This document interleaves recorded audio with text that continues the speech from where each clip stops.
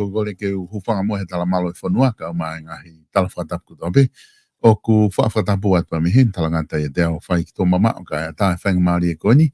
Ke o atoha mo polo kalama koia ko e tufunga whanua alo au a ia kou heni. Pe mo palofesa te ta se so laftani ke whahoko ate tā polo kalama koia. Ki he wikini pe mo e whatawangi o ku lere i pe ngahi ngāwe ko tō ape mlama ke mo whahoko. Pe me apina pe poki ki he ngahi ngāwe anga ko tō ape mlama ke whanongoa e tau polo kalama i he ahoni. O ku o atu e tai loto whiawhia mo loto mawhana kia tiki mo tolu i he hoani. I he whainga maari e whakoni ko loto ke tai lerei e palofesa i he laine pe me Ken Pela Australia, mananga koe alo au, palofesa te da se o laftani. Malo tau mau e hoatani, palofesa pe malomo e ngā ue pe me Australian. Mo whiawhia ke he futaimi momoko koe ni, pe mo e wike fo o koe ni ke whahoko koe tapa. Malo bito.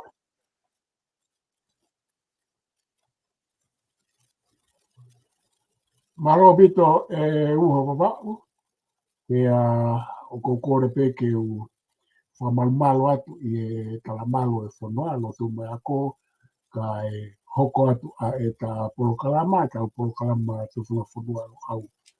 Ko e mau whanua ni mahalo ka tau pe moena ko e momoko e uho i wa. Ko e momoko ai pepe a ko lere i beau pe molusane pe mo whamiri. Pe ki he whai whatongia ai universito au me heni. Pe ko lawe i peo lau maari le rei pe ta hene princess ko la tu fu te katuko aho. Pe mono kainga pe ki kautau i whanua ma whare matapure. Ka maafoki ai talawhikau lahe tonga ke asere ani ke tis. Tu halanginia te mo atkopo ono. Pe pe ke tonga tope ta kusai pe aho mau whanua ni mau paremia pe mo kautaki. Ka e whafoki atu hoi mua mahalo. Malo pito profesa ko tui pe ko e ongong whawhiawhi ai e malama koe. Sa mahi no kusai me ko tape pe mo e ngā we pe me Australian. Ko e ki wakai whoki tonga i he tuu koe tai nimi. Nionga ko e weekend i mahala e ua pe whia ku na kai lava ta polokalama ki ta sio ki ngahi current event o hoko i tonga. Ka koe ne tuu koe ki ahoni, ko tui ki whi watai, koe ni na kai ki ta polokalama ai. O ku na e lawai o ka kato ai ngahi whiauhi akapulu koe ngahi kolisi ma o e toloa ai sila i he ngahi whiauhi koe wā koe ngahi kolisi ko tui ko tahaia o e whiauhi tau ni hange ko wakai ki aina ki i manakoa he kakai e nau mamata mo e whakakeke te neongo poko hai kune mau e sila ka koe konga ia o te hange upe ki i longo mo ui mai e tau ngahi whiauhi koe whakakolisi pe whakahoa koe ke tuunga koe koe e tau akapulu whakaluku fua i karetahi longo mo ui tau akapulu whakakolisi ka hange koe ture mate hipa i karetahi lahe fo'i kaku malo ngā ue lahe ni hiko ni ngahi ko tiu ngahi mea ia na e hoko mai i he wike koe ni na kai ki tā polokala mai i tonga mea ia na e whikau ngā aki pa mo interest ko ia ai kakai toko lahi palofesa ko ke lope na e mao whainga maari ke ke mamata hipo he ngahi au hiko ni pe kai kako tu ngai na e au ke ai ngahi mea ko hoko he whanua e ki wātai mga na kai ki tā polokala mai.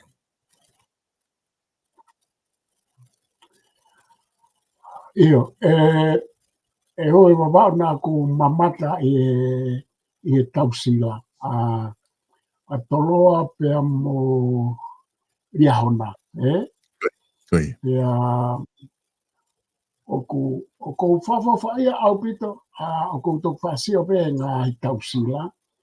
A ka ku pia mo e sen whainolo, pa nā kusio e sen whainolo. A fo pia mo wawau fu, tika au pite tinia wawau, Koe, malo pe hawa a fo uia e turikai pia. Pa kwanhake a maalu ngau pito e ai ngā ue kau whamalo, e ngai ngā ue ai kau pureaka me kau whaiako a ka pulu o ngā i korisifu. Ku whakalakalaka au pito e wainga ai ngai kau. Ia ku ke mau ia ke tau siofi lelei ai fo mo oni me a ko ni e o ba. Koi. Ai uhinga o ku holo ai me he alu me ngā he korisi ai akapulu ai tamaiki e nau alu ko he tau whakalapu ki he i kare tahi. Koi. Aia o whia mau ke tau siofi loloto au pito ko ngā ue lahi ke whai whakaiwi mo whakaata mai ai uhinga o ku holo ai i kare tahi. Ia ko hohaa te au ke ai kumamai e tō lalo ai kare tahi. Ka kohono mo o ni o kui ai me alahi e koe tono no o whia mau ke sapu. Koi.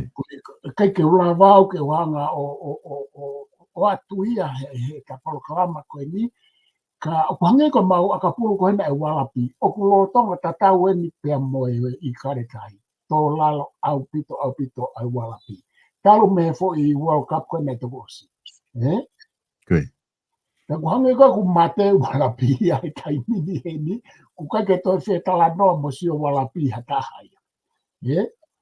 Aia, ku sio au ia ku to whanga atonga he mea tatau. Koe ke ula wā whanga au ke walapi.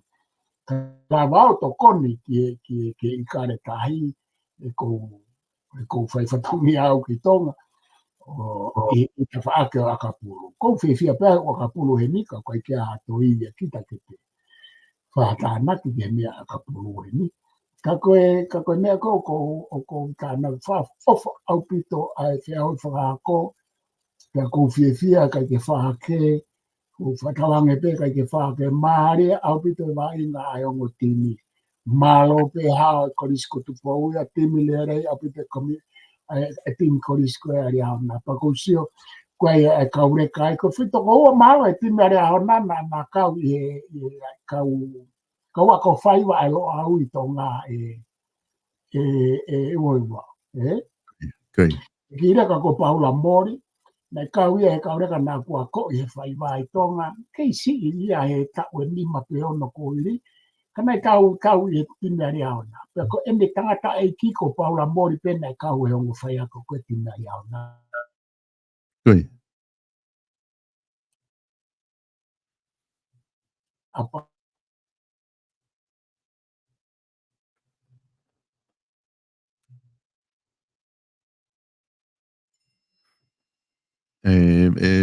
Professor mahalo ki motu mai ho ta whaaki.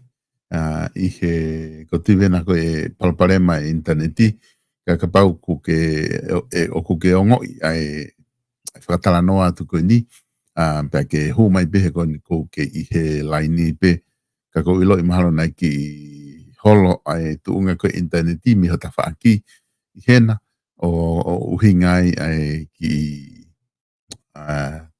motuhia mai koni mo ta whaaki. Ka aku ko tui mahalo kana ake utalange ke profesa ko tuu ko ni he tainimi. O ku kawe a timi ko he tauni ai wala pi he timi le rei mo ni he kusio. Ko hinga he na umamata he na whanki whi au he ko ni o te kia hafu. Ka timi pe whaka wele si ka timi a kumalohi. Ke whekana na whepaki. Ko te watu koe ni ke whi au he koe ni whakawhitu koe ni kua Afrika manu sila ni ko tesi mo o ni e whai ke timi koe ia. Ke timi e palofesa mo ia. Ku osi li tawele palofesa e nau timi e walapi te keike. Te keike nau fo i foki talo e lere koe ni e tauni. Neong pa koe nau whai ako koe tama nusilani pe. Tama koe na ene kamatai ko hono whakafo o koe timi ko ailani o nau malohi a koe All Blacki. Pia foki me ta maki nusilani o tokoni whaiako he All Blacki. Pia koe ana e ui e he walapi ke alango whaiako koe nau tolu. Kai koe maki iafu pia maua ki he akapuluka ka maa fuafe o analyze lot o ai na whaiku malawea he ala ke ta whaaki koe ia. kakamaki a fe mawai ko nga ko fe au hi fokia na fai ko I tonga ai fe au hi ko ni aka polu whakakolisi ai ek mo lawe I loi ko toa pēna fai nolo ai timi ko atoloa pe mo timi senior ko alia hona pe ai kuna ai sila timi ko atoloa pe neongo ko kai ki tau fu mamata fe social media I he na te ton foke lahi ange tala noa ki he ki he lelei timi atoloa pe mo kaureka na nau wa ingai mo nau ngai tuunga mo nau sila mo nau me pehe ka ku si foke tau whanonga tala noa I he kongkoni professor o ku kodu na ki imotu maho lai ne ka ku kana uma o peho o ia kana uma o peho ho matala ka ko ka matala to ane nai ko inga ko ai ku na ke kau ko ka kai a seriana ko tal po mo ita ko he la he fo ko mo timi wala pi pa ka ke mo to si o mo to he mo timi ka ko tama no silani fo ki ku faya ko ta ni mi he mo timi pa te ke fo wala pi he nau talo nau lere me ko ni ka ko si ko va inga lere mo ni timi ku nau fai Koe mea mea o whakaori ko tala mai wālo he wala pi koe te sio wala pi a tala tina. Ai ko mautore hai ni o mau sio atu mautore ke lere ha mau timi ka mautore mo albe mautolo sio state of origin mo timi mo te sio mo timi ka mautolo sio ai ko hinga aku makai malo I te wala pi he lere mai. ko na ala foka tim ko were sia na tau me wala pi he tim ko ta world cup bena ala kai ni mango fulu ra were sia ke fi habe wala pi ko foi tau e tulu ko na fa he wala pi mo were se ta uni he fa ko fo ko ni malo ga to wala pi pe mo ngai tau mari ene hanga he tama furi ko tim Foki ke you ko me tau wala pi. Yeah. Anga tama o furi pe mo ure so ni ngune hanga o ange ke timi pero tama ki kaureka fo o ka na wa inga paki pas no mo ha fo na ulere ta finga ta api te timi wala pi ta un te ke na fo italo fo konga ulaki ko season ko nge ta fo no ai ko ke lo to mama ko e fo no an o ko ke no to sio ma to museum o asia to ai mai kau chena disia o ko ke to ko me ne ko asia museum ko akapulu ko ta mai fefi ai briefly news ya teria na ke na usio akapulu ka fine e na usio akapulu ko ta ko ko me maria ta ko ku te ke te a foi wala pi ko te ke te fambo to ai ka kai ke si o ka wala pi pa te ai mo ka che sanga ke hanga ka che na disio sanga ke na wana o sia ki mauto ke na to fo ai mana to ko me ne una do ai mana to ka pulu ko ka me fe fine mo so ka mai fe ka ko fo mai avea ke I kare tai uho wa ko mea ko toi fia ai ko si oi fo ke fo ko tu o academy o academy pe pare ki kai a chou tau malolo ko tai ngai mea o ko wakai ko na usio I fo I fo ke o chou chos malolo tau malolo ya mai na mai ka te ana e whakotu a e kete ni I tau ki mua, I tau pe ua pe a alo Joey pe ton mati. Pe a vilo ko a Joey I mamani ko na ene o whai whatongi a te whok mai ko ni. Pe o kou fia lai ko me kala mai ko te whakotu a e kete ni. Pe a koe fo I me a to tonu ia ke whai, pe a na e oskamata pe a kala mai chou na e hola le rei e ka mai ki koe.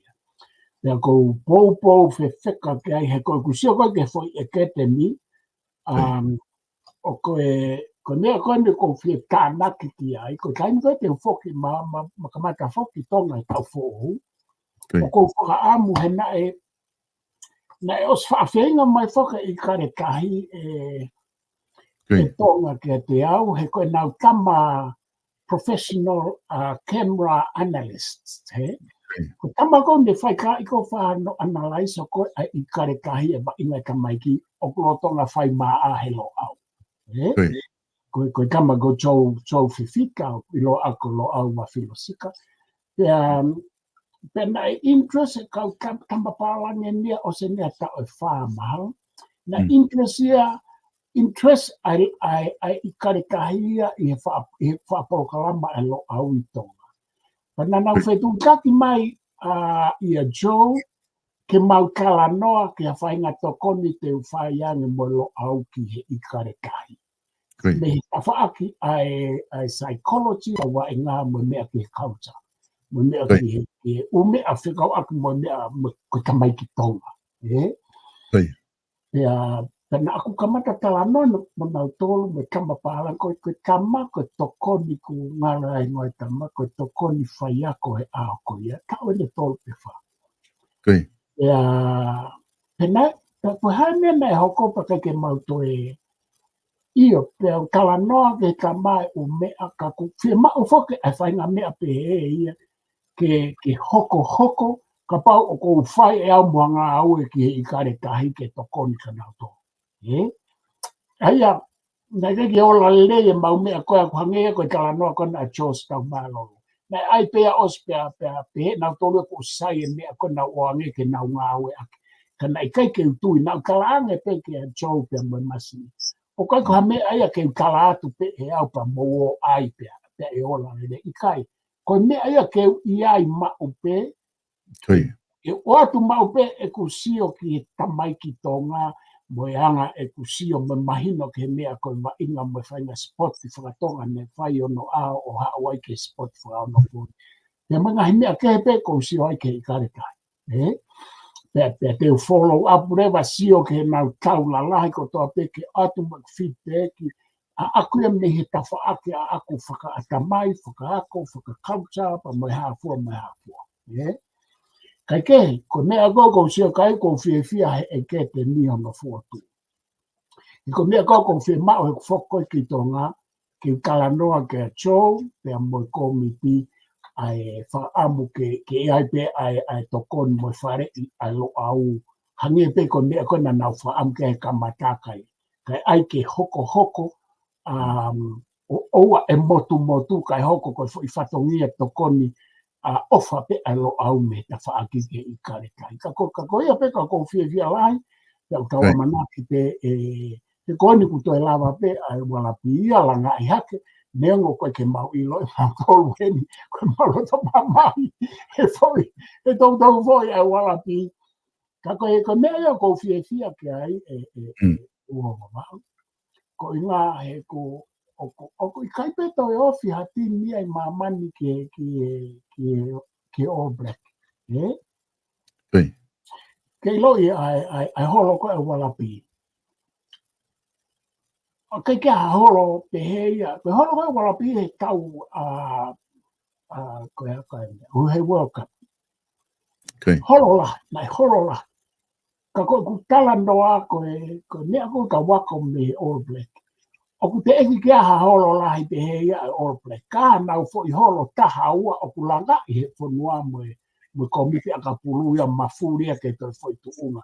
Ko tui na e lele ia e hao e whai ako. Ko hai ka manusina ko no hao whai ako e wala ki tika ki uilo ia. Ia, o ku ngali au no hingoa, ka ke tamana na e whai ako na ale tamai me no sila no whai ako ailani. Ai mi ko Io ko ilo e masi nusila ko ia ka ngalo ano. Ko ia hao ko ia ku o pala tuko da nim ko whai ako I hena. Ka koe mo ke mai ki ai e ku mea. Ke to fo ke catch up my news ke wala pi. Ma lo ka mai e foi. E fo kala ka wala pi me ni to fo I kona e ka mo Ang mo fog professor ho tala no ko ki me ko na fe ma ko mo faarea ko ki mo ke alango analyze so nga hitu nga ku ai tamai ki mo na tamai na aku mantu fo ko ta fo ko Wayne Smith ko o ku taku he akapulu mo mala ko ka fai ko ta ia pes technical coach he nga me fa technicale mo no fai ko o hatimi e tama koe whaiako nei, o Black Pika nei whaiako holo pehe ta ulahi au pito, e tama ko Wayne Smith. Koe na kulau ne tohi, na ne hanga tohi, ki he mahino foki o whewhenga u timilahi, ke sai whaiako ke ako ere soni, mahino pito pe mo u whamalo sino mo ha. Kaka nani pehe na ne ui, na te ui a foki mai o ne whaiako e tim whiwhine koe na Nuslan he World Cup o nau, he na e tō lalo o pito timi. Ka koe mea bena ne pehe na ne focus la hita hai, koe mea whaka psychology, koe pressure, koe si nau tohe taimi koe nau pressure, koe mala mo nau tu uni koe whai mala he taimi koe nau pressure ai, koe mea na focus la hita hai ai konga koe ia. He kusio ia ke physicality, koe ta mai ki mo nau wa inga, nau tare ni tilele a pito pe nau tolu ia. Koe palapare mala hita na e whepaki he ne whamatala, me timi whiwhine koe anu sila ni na e tō lalo ai, ki mua nau alu koe World Cup o mau koe World Cup, koe taimi koe presa ia i nau tō lupe a COVID-11 nau whai tūtu ni, ai bana e focus ia mahu inga te sia tu ke he, ngai timi lalai pehe nau o mai nau whai ako e nau tama ke hao nofo whakarerei a tamai, ko hae tama koe, e tako tau pehe whai tato koe me a kapulu pe tau tokanga pe ke he lere moe fitness i mau mea, ka tako toe aunga tatau pe ia me ukonga whaka psychologia mo mea ko ia. Ko te mahana whenga e me kai tahi ki awe ko he tawha ako ia. Ia, ko ne ea koe nau wakai mai ai. Te kai te ukala noa le au mo chou ki e nau uhinga koe e nau whenga mai. Ka koe mea koe nau sio ki ai, ka kemi ka nau tā noa mo e tama pālangi koe ni tokon whai ako ai, ko whengi whamanato no ingoa. O mai pe e chou ia ke ma, pia ma, haka mea, ma tala noa i interneti, Koi. I e prokalama koe ni, haka prokalama koe ni, ai, kaike, ma tala noa internet mo e tamā rea mai mi Britania, na nau Britania, ai tokon whai ako i karekai. Pana ne hanga reo whai mai u whehui a mea whekau aki pia mo e tamai ki tonga, mo e tamai ki tonga. Pia whekau aki mo e nau upui tua whakaanga whawhanua whaka psychologia. Pia pana ne mai reo e u whehui e whia pa hanga reo whamatalai. Pane whia mao reo ke anga whawhewhe ke ai ki tamai ki, pa whamatalai ki ai. Pia e talame o fie mau ke te au ke ngā ue mo tamai ki. Ke ia e fo i kaimi e tuku mai i kare kahi ke ngā ue ai mo tamai kwai. Ke tala noa mo nauto. Tamai e ia e sai pe ke oange pe au ki ai ke ne. Maana ne pe ia te e ke au au kusilini.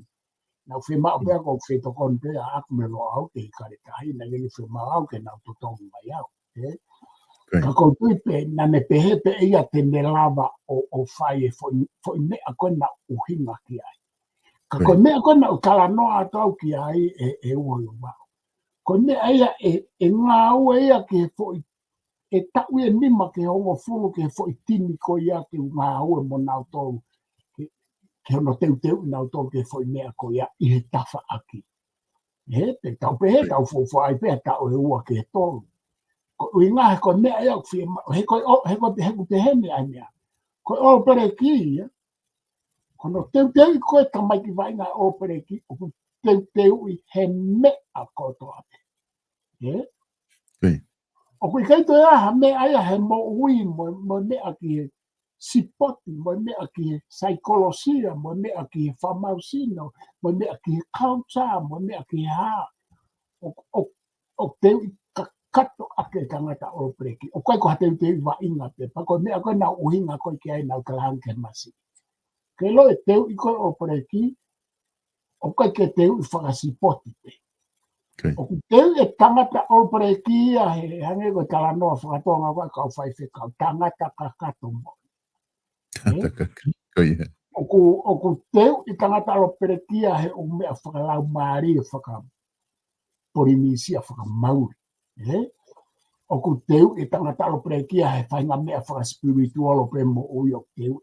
O ku teu i ki he mea whaka performing arts. O ku teu i ki he hao, teu ki he mea whaka culture, teu mea whaka psychologia. O koe koe teu i whaka o pia whamasino he chini mo mea apea ngai tai tangata o preki. Ko mea koe ma ke he pe tangata o preki a mea te tangata wainga wha mamani koe. He kono whakarea whakaako o ku teu i whakakarasika i tangata o preki. Pe o ku hinga ia. O ku teu ia ke mea lere i taha kota pe mo ui wha o ia ke tangata o preki. Ko tangata kakata mo o nia e mo ui. Koe ngā pe koe ka puru mo sipoti i e mea keke. Nei o whare au pito e. Ai toko tahana ne taha no mai ka te au nei sio. Kono teu i ai o preki nei teu i e kau whai ako bele. Nei taimi na ne kala noa mai koe tangata ni nei ne tauhi whare sipoti Nusila. Nei o whare ia he whamasine o prekia koe tama whai ako bele ia nei o whai on train i koe o preki ki he mea koe bele. Ka koko uhinga pe he ko i kare kahi, o kou whi mao au i he ku tāna ke whai e kare kahi e whoki tō ngā ke Joe mo e ketemi. Ke iai e section e ketemi ai lo au, ke whai ai e contribution ai lo au ki e ketemi ai kapuri i oneoni a tō he ilo na aonga. Ai o mea koe kou si au ia koe o ku misi koe ke mao koe e i kare kahi. O kou whi mao ke wanga o ange ke. Kai ke o whafoki atu e uhe wao, ne profesa koe hingoa na tama whai ako kona mo dole a se ria nā ku omi e katea retreat ne hanga o mai hingoa ko tama ku hulu e tuke screen ko tama ko Joe Smith ai hingoa e masi. Okay. Ia ko ero Joe Smith. Si mahalo. Koia. Taki hamo ke konga koe ni teu. Amana ki foki. Ke taki isio ke konga koe ni teu. Kulotonga teu foki a tonga ki he whakahauko foki mahina ni ko a kosi en. Aia oku lau ahope. Oku hange ka teo na ufatonga i hifo. Oku ai na mea post ma upe me he office pare mia. O na upe toi aho ua. Awe aho ni toi aho ua taha. Aia ku una post ma upe. Ana usio i fōk toi aho ua tolu ko ai aho fi. Koia. Aia mahalo toi aho ua tolu ua. Mako aho ni na toi aho ua taha. Aia oku whakahanga foku kamata he wike tolu mahina ni ai teu koe ni. Koe ke lope ku ke mamatahi fo i he ko mareha na o hulu e fo i ata koe ni. Koe whanki whare ne koko unau ai koe i popua. E whetuko koe pāka, Aia ku unau osi lahe whanki whare te se fo tuu koe. Ai koe ngahi whai container ku ato ngahi. Pehe ni ihi koe whetu e tolu o ku ngā ue kia ia ai pure anga, koe taha ko skakato. Pea koe taha rewa ku mei. Pea koe taha rewa o ku kei lere pe ngā ue. A ku whapapau e pepure anga e au kia i ku kakato e u whare koe ni ki teu koe ia o whakataha koe ai kautaki koe ngahi Pasifiki. O koe ke ilo i pe koe ha ai makatuunga na e tō muia e tau whenga koe ke whakataha. E koe umeme koe teu whuke o ngahi whanua lahi ia. Koe mahina siula ia Oscar toa unga awe kia koe mahina ako sien whai mea koe ki hai ane holope he. A koe kei lere pe tau langa. A koe malo apito te seo ki tau wha malo ia ngā whai pare mea pa me preanga koe ni. I hono whenga ke kakata u mea ko ngā kai lava o whai whakataha ki tonga i kautaki. He koe tui maha koe ngahi whakataha mahu i ngani profesa whakawhei tuu kautaki ko ia pa ele le rei pe ki tonga e ngahi tapa keke. Io koe whikaroa kipe ko o kou whiawhia e wakai atu koe ni e ua o wao ki e wakai koe ni ki e langa kou whai popua. Koe. O kou whiawhia he tawhaake taha e au toe ho haa i e tawhaake taha ko inga koe whaitu koe ni koe ke malu ahono ātakai whakai mo ui le lei ke o koe kai ke malu ke anga e tuu koe a natula. Koe. Ai o koe ke malu whakai mo ui le lei ko o smahina koe kere koe ni ko o si sivi whasai nisto whia pia koe kai ke sai ke whai ai ha nofo. Koe. Pia koe whika ua koe wheituu lavea ngofua au pito e nia ki e whakatamak whanatula. Koe.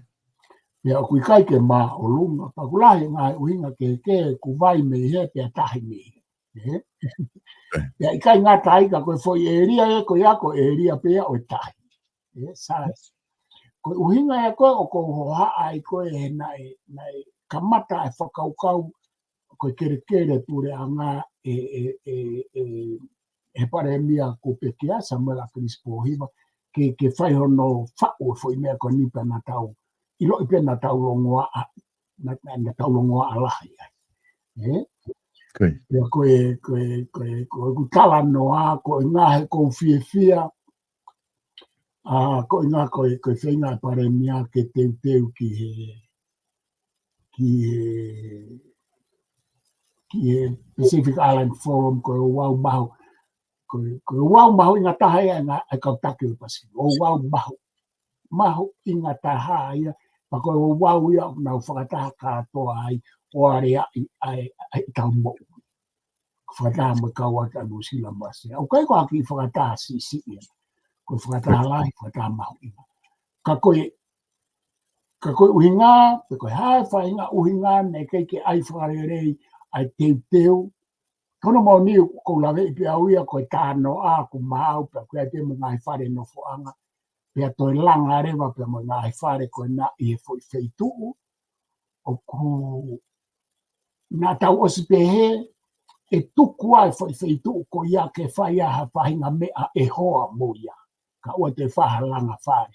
Hangi ka te au te amo fu palamia na asi mai ai pare mia a waka meriku ko i ke langa e fu siti. Pe ku tonu e ku mauna e whaasi mai ka te au e Luciane i te upiu te kai ke usione rei ai. Aia, o ku mahina ka te au, o ku kai pe ke mawahe e whakaukau e pare mia koe ni ka tau pembo Samuel Crispo hiva ke whai ai ngā ue mo langa mea i e whaitu koe ni o ku i kai malu. Malu he uhinga e ua, i kai malu ki e ātakai, i kai malu ko i ngā kona o vewe i e laulau tau nai hua i ai. Ia o ku nofo i e lau. Kai ke, ka koe, o ku sai pe fo i ngā ue ko hono whakalahi. Ia ku asfa of ofa. Ka koe poini o ku pehe. Koe ku poini. O kui kai ko hawhare ia ke taulanga mai kau take Pasifiki, pe koe ka kai take Pasifiki ke na wato nofo ai. Ia kui kai ko hawheitu ia ke langa ai, he kui kai ke environmentally friendly, kai ke health friendly, ka koe, ka pau e ila ngai whanua Pasifiki e wheitu koe nau taulanga e whare ke nau nofo ai te nau hangarere he nau ngahi nitia. Ka ku kai ke tau ilo pe te nauhanga taaki hake whaitu koe nā pe kai o ku malawa ke hao kai ke nau taaki hake he kau generis mei muri pe e malawa ke nau taaki hake ai ngata anga e tau ngā ue ku tauhanga whakalawa ake ai ai feitu ke nau nofo ai i he fu feitu o kukona pe aku i kai ke mal whakai atakai. Koe. Koe, te wade e tala noa koe ni, wha more pe. Ke loe feitu ko toa whiri he haa tui, ke la ngai ha mea ai whonua. O ku whiri e rei taha, o whiri e feitu malu taha, o whiri kere lei, o whiri e feitu maa o lunga taha. Ke la ngai e mea maa ai whonua, te fito ka pau ko koloa ai pure anga. Koe. Pea kutotonu ke alo e foi mahino ke a kihe pare mia o tonga o ngāhi kuonga.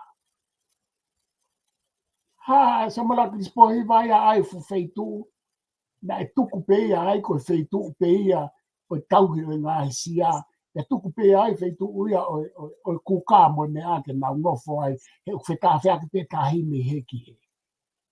Pe aku ai pe ono whainga a kau ana mo na whainga me ai koe medicinal plant ai o kau o ngā ue akipaku. Feitu peia ke tuku pe hei peia. Ha ua sa mala krispohiva o ai ke tau langa whunua ai. Lahe u kere lele e pure anga ke whai ai e mea ko ia. Pe te hau ene waka meriku, o langa e u whare ke hau a e kau taki o ngā whanua Pasifiki o nofo he fuwheitu ko ia. Peko tui mahale ngā ea ke pure anga e Oceania u whare ko ia ko mahale koe tau mua ai ke nau ngā ake na wanga rendi atu te koe hanga. Ka koe na ka pau koe mooni koe ke langa e fu siti lahi kaha ia o tonga. Koe ki tau kawai, ka koe tau talanoa, ka tau tau ki he ke malu whakai atakai, ke malu whaka environment, whaka ecological, ke malu whaka health, mo uilele e fu feitu koe na. So ka o project ka toa ai hatui, ai tamatui koe ni, me o mai mo fu whare ke tu ai whare area i e feitu ulele i taha.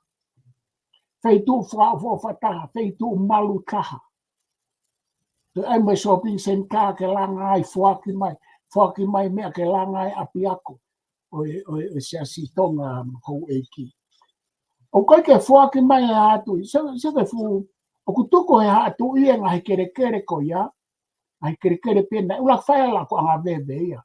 Koe tutu une e tu, pe ospe ko ia pe hiki me ai, pe koe ko hatu e tutu unia ke, e mai a kirisi e fu mape, ka mai a kirisi ko e fu mape na, tupo wha, na ne whaamke a ia ne project. I tau ila tau tolo mo one mea koe. Koe fu toafa koe ni koe i hifo, ki he hao ki sopu. Tuku pēmea e haa atu e whia ai, e koe ai hono umahu inga ke mo ui e kakai, mo ui e whangamanu, mo ui e la pila, mo e haa mga koe o tuku pēmea ai. Nā e haa sa me kari spohiva whenga e kausai nā mo whenga e mea whio ke whamonia ke whae langa. So an koe kakai, ko tau tolu pēo, kau o atu ke u feitu ko ia, ke tau langa mea ai. Ni kai ni ben whai a polo se ke ha atu i, maha hona u kakai, o nau whiri mai u feitu le rei ka, o pai ke na o mai haano ke tau ato langa ai e mea whunua. E uholunga. O kou ka anoa pe he, kou ka anoa pe akuia, ka anoa tau a kai nāku pe sahia pe kou kia ta. Ka kou ka anoa to akuia he mea kono, kou ka anoa tai ko mea aku mo oni.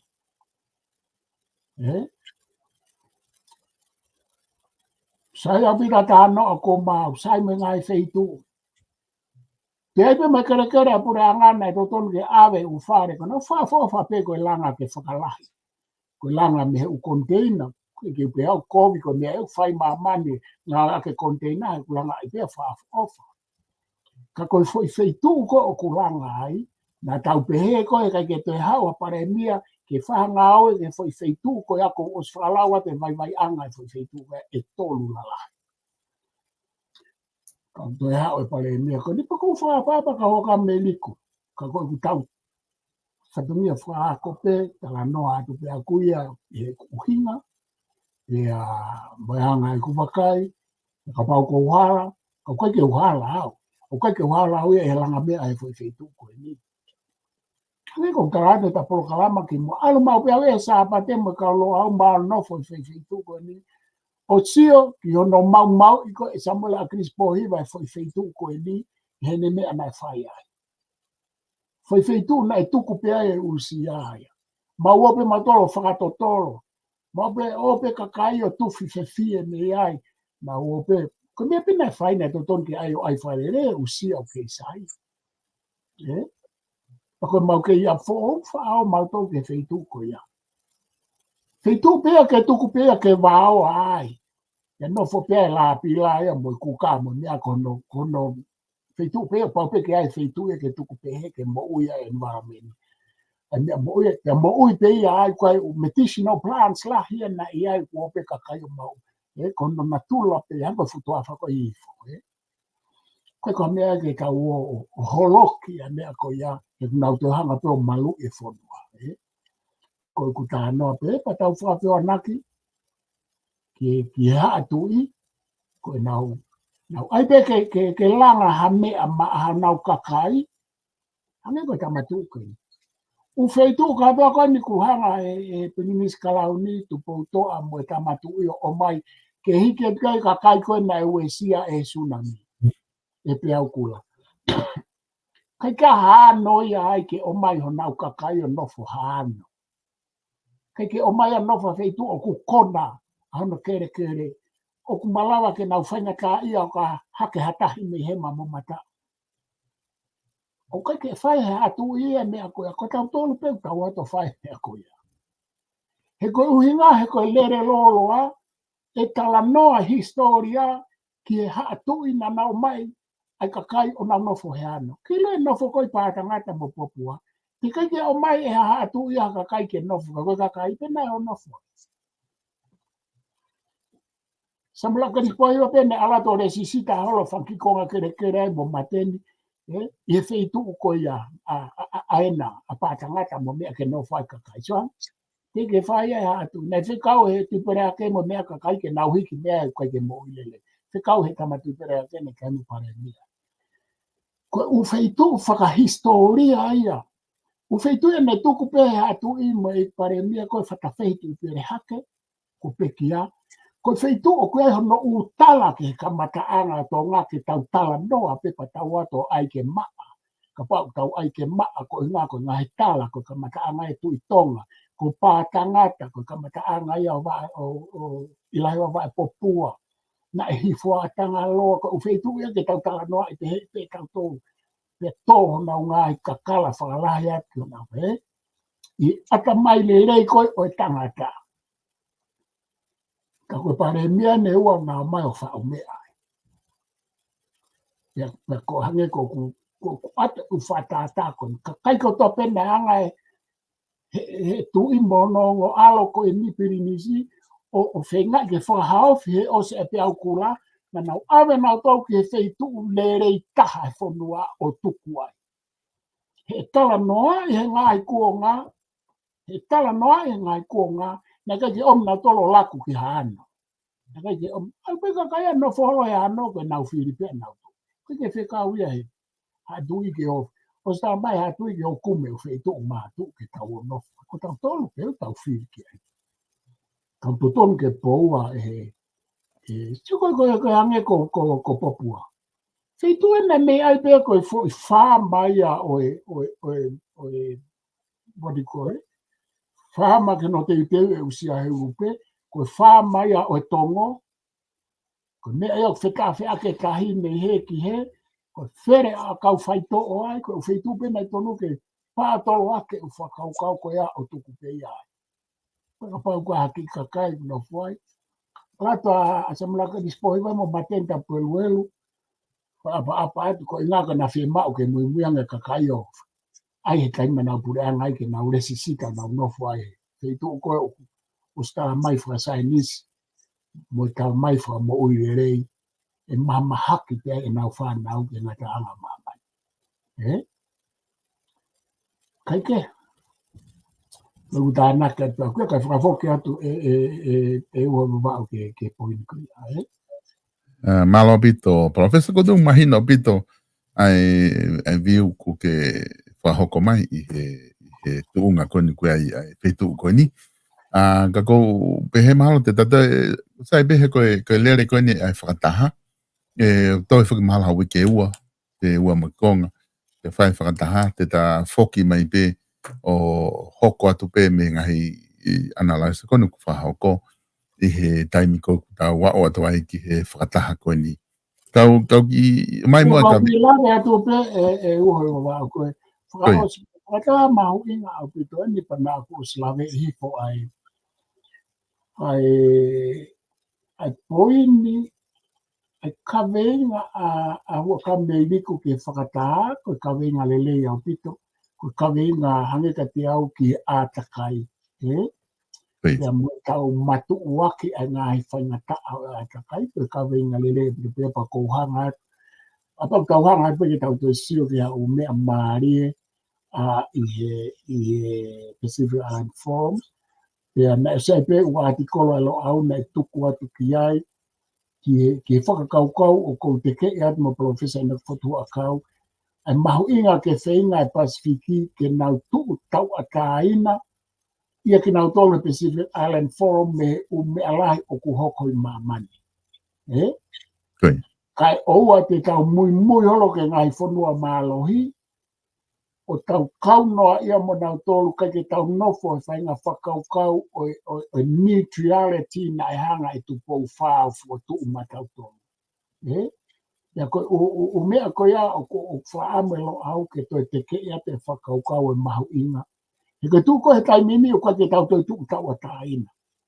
O tau tu tau tolu a kau me fo i whahai o au ke taimi tau.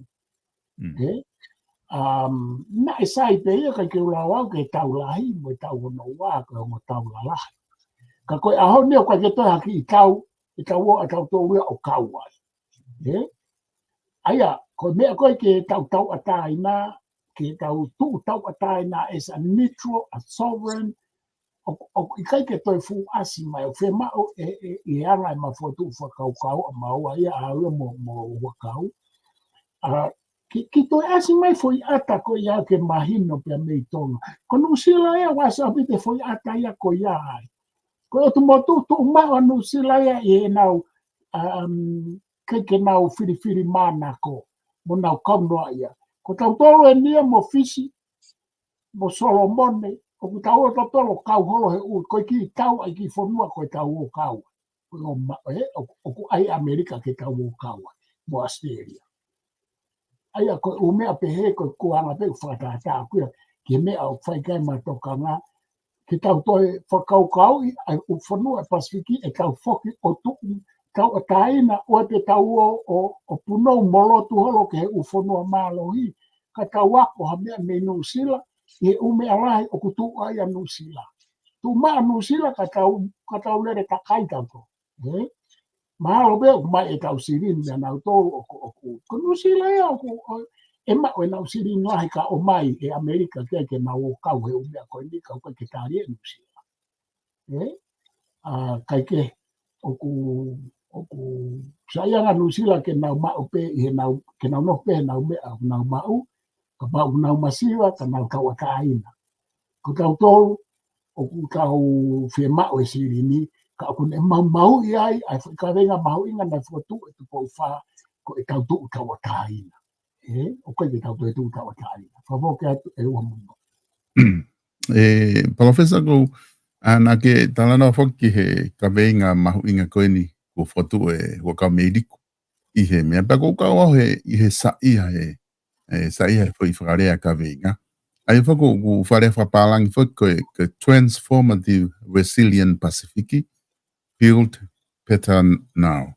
Ai ko e ke whakatonga ku maaria pita ko lākai ha Pacific tu uloa langa ke tūtai. Langa ke tūtai, E ke lākai ha Pacific tu uloa langa ke tūtai. Ai ko e ka venga ia e tau whataha ko ia e kau taki whai magi tonga ko ni. I he muke tolpe muke wha ko ni o e mahina ni. Ia koe ka veinga le ia. Koe. koe mea kou te kai ke usio au ki ai ki e whakai ki iki koe, ai mea koe kuhanga e pare mia mo tonga o wholai te ngā i whonua, ke nau tātālanga ai, ke nau tālanga mo tala noa ai. Koe.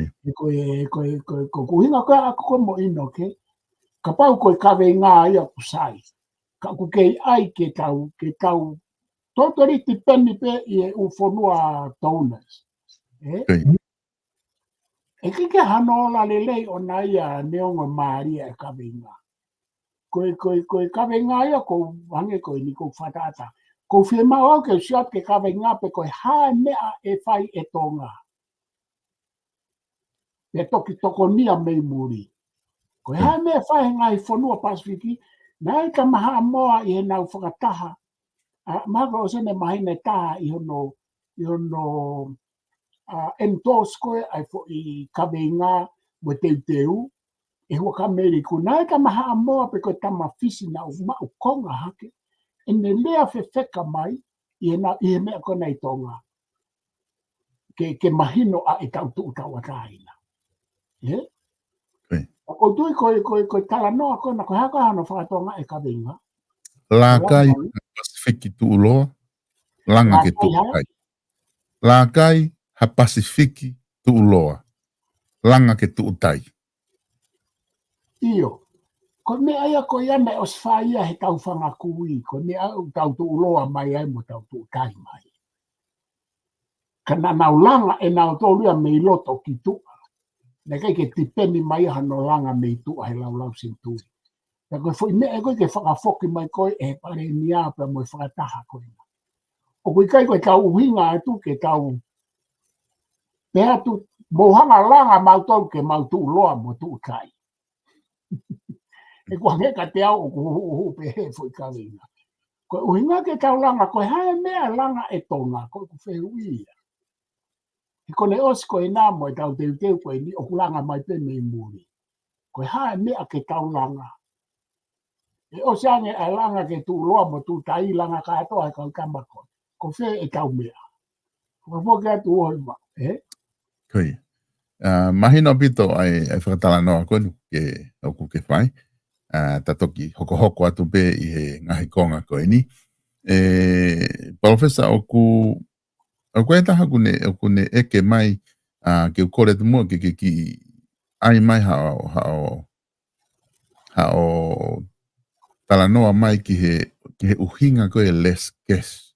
Ka unga ka ki honga ilo i hono uhinga, pe uhinga ka koe ai whihui he whamatala na ke whai. Ke pehe koe oku less guess pe si ange paanga. Ka koe ki ulau pe koe konga whea ia oku whai mai whihui koe ni. Ka ke maha sai ke tatoki ke ore ke to sio whakalere ki he whihui pe mo whamatala ka toki lawa ke atu whakalere angebe. E ko tui mahalo tatau pe ke mahino ka au pe ke mahino ka koe pe ko whe konga koku oku hawai whihui. Kataki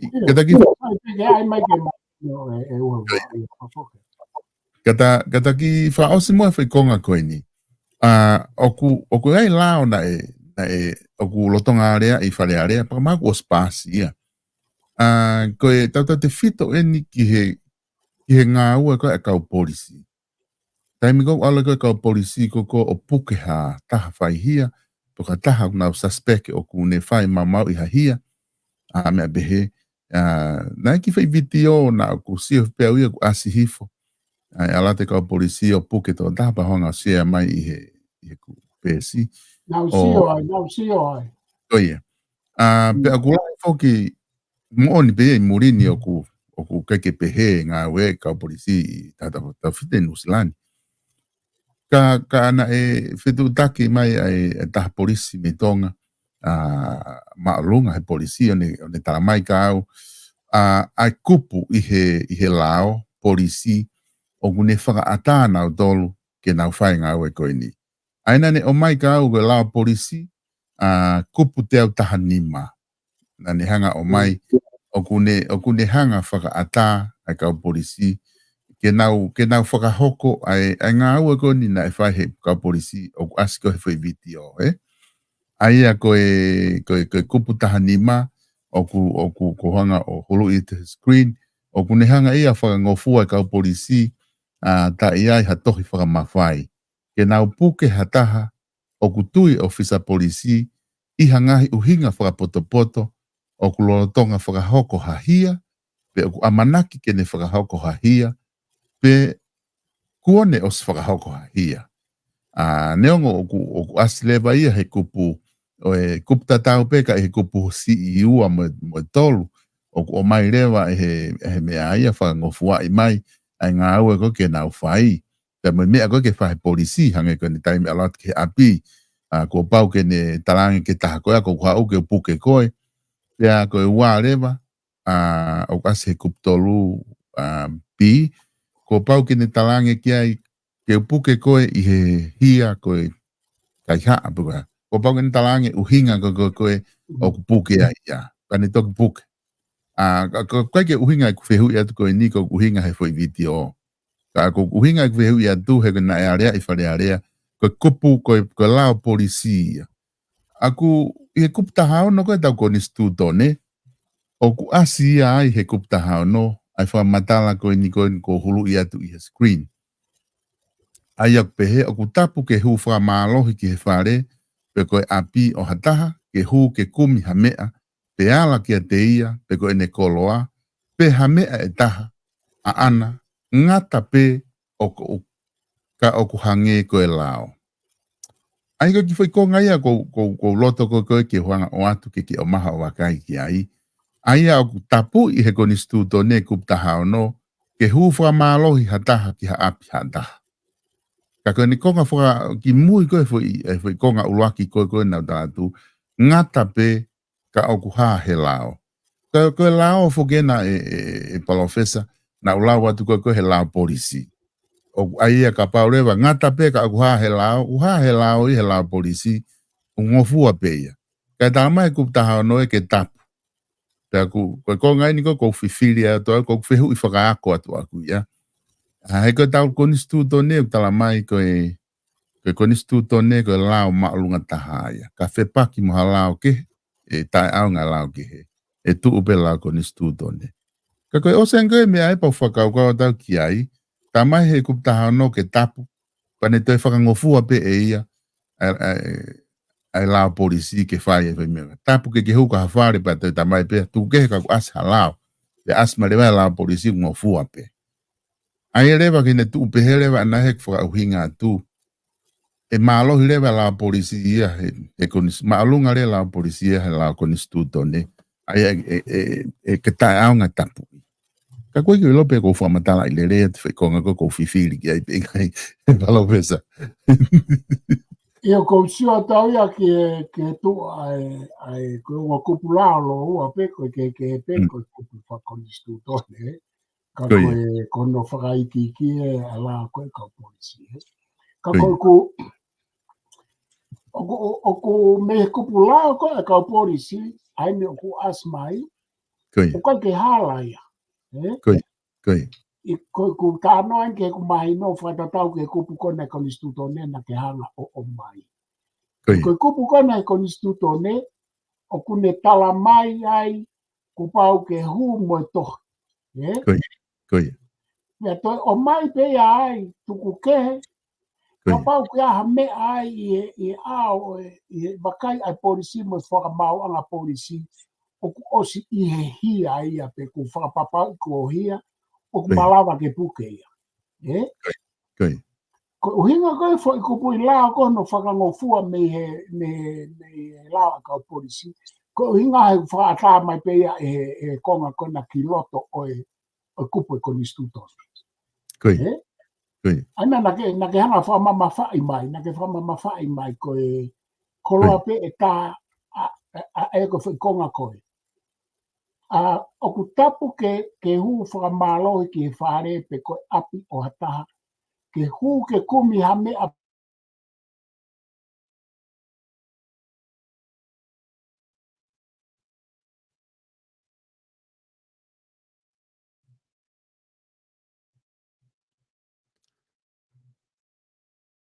Profesa maho ki motu mai ho honeti o laine me tafaki mo kata ke pe he ki motu ko ni me ko tu ni ma ko o se taimi ka ko ma ki fenga pe ke rep up aki ki fo I siu ko ni ke o ma haviu ke ai professor hange ko ku fa o atu ma pe o ko hinga e tala no ke ai ko vi wen to no ai fe hu ko ave pe ko ka ko hinga ku go sa ma pe ke ave o pan ki isiu pe heni ke vakai ki ai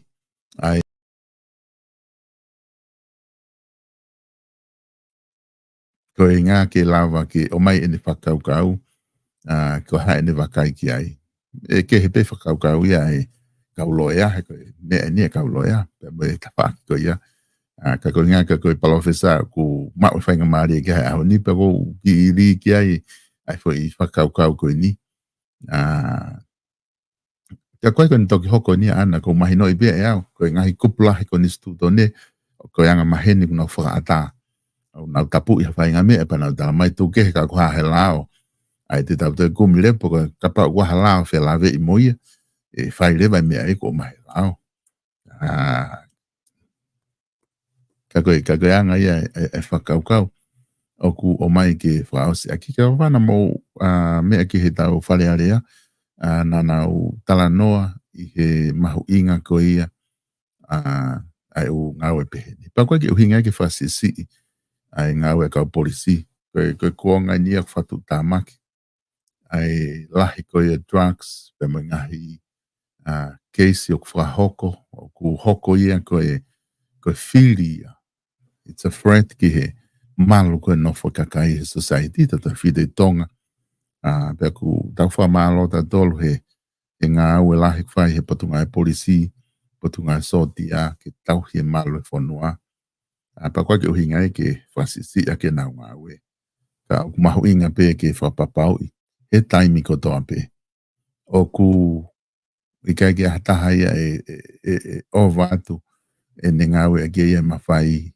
I he mea kou tamahe lao ko ngā he uesi ai mo tau atai na ia ai kakai ko e whanua pe aku mahu inga ke tau hange ko lau koe me tau tariu I aki pe mo tau whapapau I pe ko ku tau he lao e kakai he taimi ko toa pe o ai mau I lao pe aku tutonu ke whapapau I pe mo ngā ue kwhai he kakai koe ni I he ta wha ke taha ku nau tau he merino o ku nau tau he pe mo nau tole lao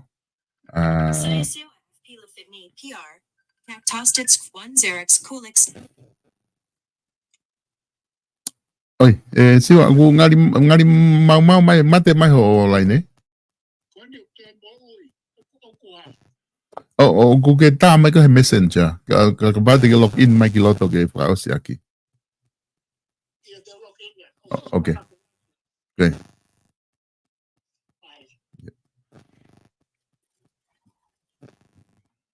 ia koe nau ke loto ni professor ko tu o ane mate au pito mai ai o kai ko haki exiten ko mate au pito mai ana uwe ke imagino ke tono no pe mo tecnologia kai ke ko kana ki ke ia e u hoi baba koi ai ak na usio he fo video na os whapapau I te he kau polisia e na wato puke masi me e nau information ni.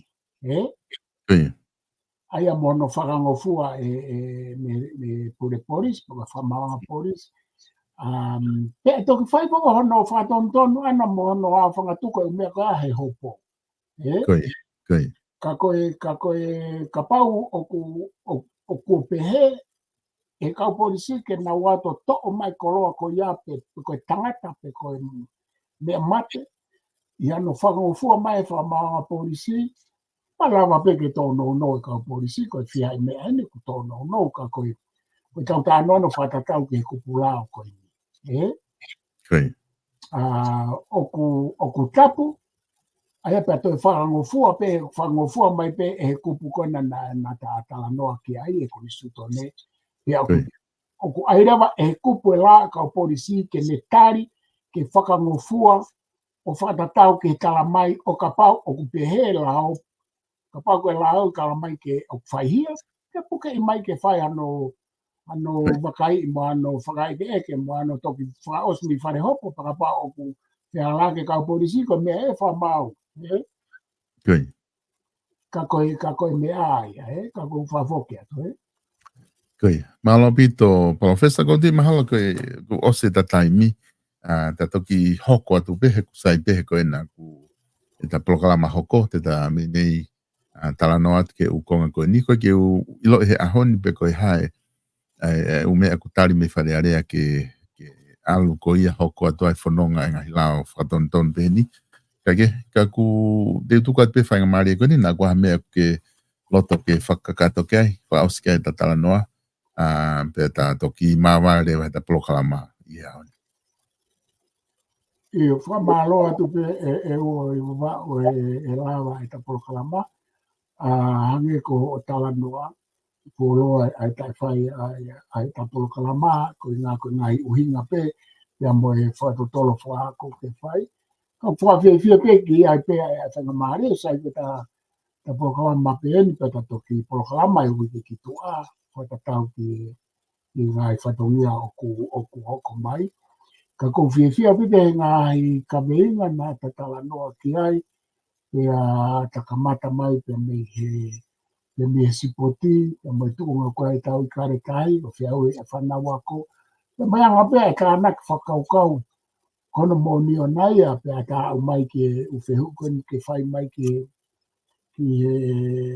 puke kau polisi ai ka meo e koe au tau whaapa ke whamiri ka koe tau talanoa pe ai vahe e tau ngai whakakaukau ki he u ka veinga o ko ke ki vahe mai ke lava ke ta langa i pe ko kore whamoremore atu pe e talanoa ka pau tō harea ki tua ka koe vahe pe ai ngai whakakaukau pe iai ngai whakaukau e ka inga mo ngai whakakaukau koe pe ko ho whakaukau pe ngai whakaukau te o atu o ku whepaki pe o ku kehe.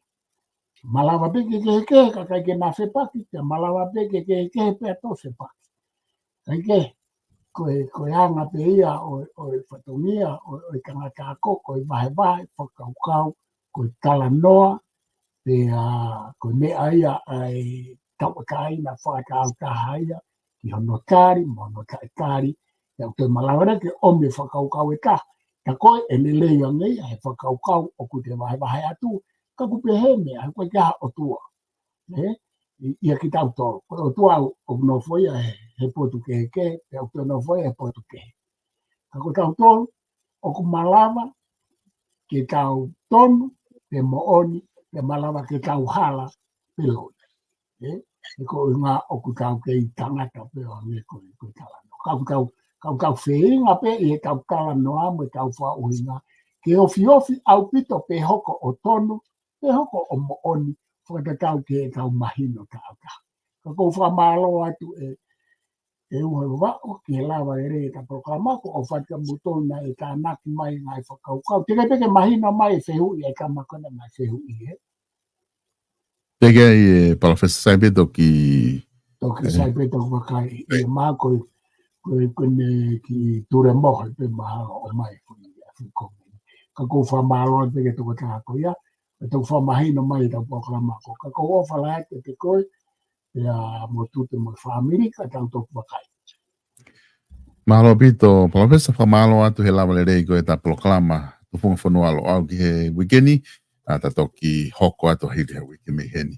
Ofa atu Professor. Mahalo pito. Ofa. Koe.